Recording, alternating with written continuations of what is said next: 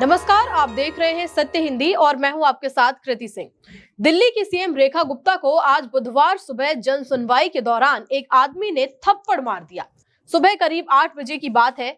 हर हफ्ते की तरह अपने सरकारी आवास पर रेखा गुप्ता लोगों की परेशानियां सुन रही थी।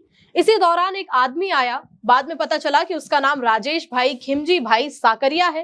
राजेश राजकोट गुजरात का रहने वाला है और उसकी उम्र 41 साल बताई जा रही है। राजेश एक आम शिकायत लेकर आया था, जैसे बाकी लोग आते हैं।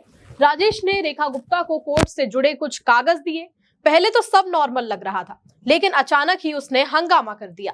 राजेश ने सीधा सीएम को थप्पड़ मार दिया, सीएम के बाल खींचे और धक्का मुक्की करने लगा। जन सुनवाई में मौजूद लोग और सिक्योरिटी वाले एकदम दंग रह गए। किसी को समझ ही नहीं आया कि ये अचानक हो क्या गया। फिर जैसे तैसे लोगों ने राजेश को काबू में किया। माहौल पूरी तरह से तनाव से भर गया। एक चश्मदीद गवाह अंजलि ने बताया कि सब कुछ इतनी जल्दी हुआ कि किसी को कुछ समझ में नहीं आया। किसी को अंदाजा भी नहीं था कि वो आदमी राजेश ऐसा कुछ कर देगा, लेकिन सिक्योरिटी गार्ड्स ने बिना वक्त गवाए फौरन उसे काबू में कर लिया।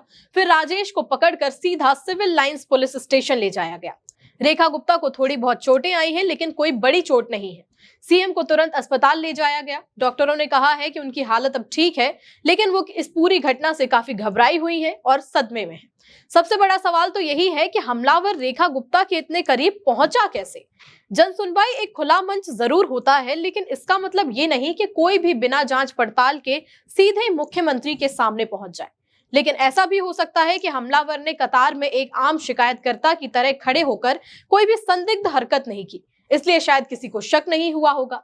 दरअसल ये पहली बार नहीं है जब दिल्ली में किसी बड़े नेता की सुरक्षा में सेंध लगी हो।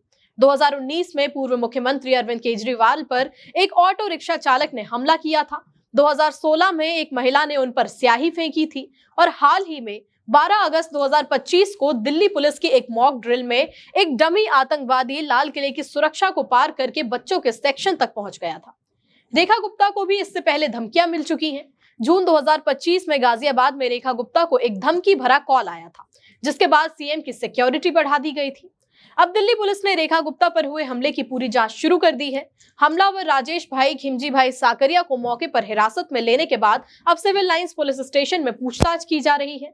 पुलिस को राजेश के पास से कोर्ट से जुड़े कुछ कागज मिले हैं, लेकिन राजेश ने हमला क्यों किया, इसका सही कारण अभी तक पता नहीं चल पा रहा है।